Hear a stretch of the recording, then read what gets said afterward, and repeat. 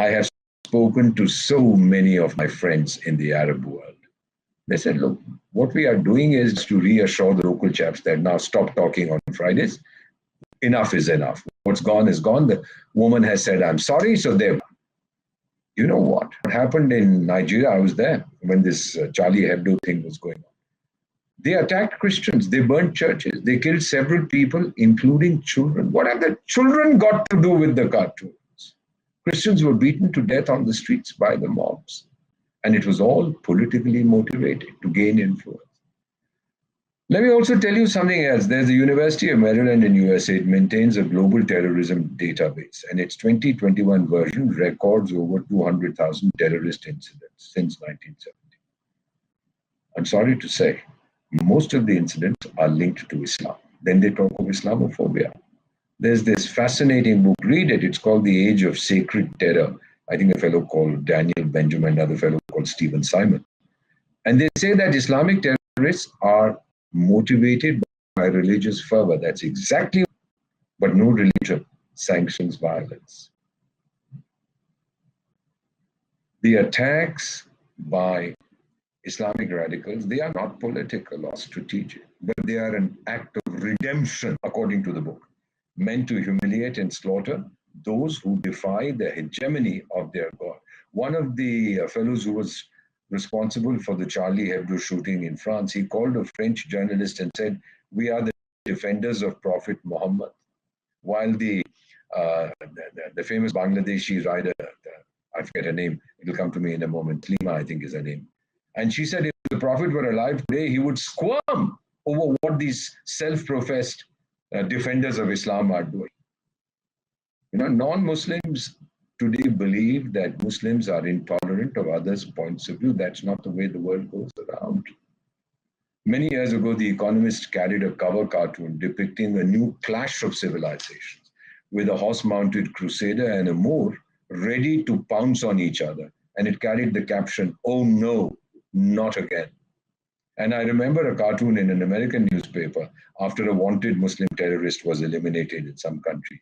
It had the caption, and this is interesting, again, forgive me for saying this, you're a young lady. It said, "Warm up the virgins, here I come." Well, there is enough evidence that Muslims can be very violent when it comes to religion. Perhaps, as psychologists say, it is the conditions of our condition of Islamic communities today across the world. So they find refuge in atavism, recalling the era of the Prophet, seeking to recreate it. When Pakistan was created in 1947, there's a character called Muhammad Ali Jinnah who said, oh, this is going to be the new Medina. Only a handful of the states from princely India decided to go to the new Medina. And we had 565 princely states. I think 555 opted for India, and maybe 8 or 9 or 10 went off to Pakistan. Now, late last year, a Sri Lankan man was tortured, beaten, burned to death by a mob in Pakistan because he tore down a poster that he felt was defacing his war, but it carried a quote from the Quran. Dozens in the crowd took selfies with his dead body. I've heard this Organization of Islamic Cooperation. Did you guys condemn this insensate disrespect to a corpse? And recently, over 50 people were killed in a Catholic church in Nigeria by Muslim attackers. Did you condemn that? I don't think I've seen that. Now, the ruling party in India, given our secular ethos, has taken action. But these fellows who are screaming louder than the others, it's an opportunity to show Islamic solidarity, given the position of India in the world. The 57-member Organization of Islamic Cooperation, the second largest grouping of nations in the world after the United Nations. There are 2 billion Muslims in the world. Well, more power to them. 40 of the 57 members of the OIC, Organization of Islamic Cooperation, are involved in a conflict situation with another member. You know, you have the Pakistan-Afghanistan conflict, both Muslims. Iran, Saudi Arabia, both Muslims. Yemen, UAE, and Saudi Arabia, both all Muslims. Sudan, Chad, both Muslims. In many ways, it's a house divided against itself. And then they start condemning what has happened and the insults to Muslims in India, etc. Who's telling you all this? We rejected it totally. And we said, look at the criticism that Pakistan is doing. It's ironical. Look at its own record with its minorities.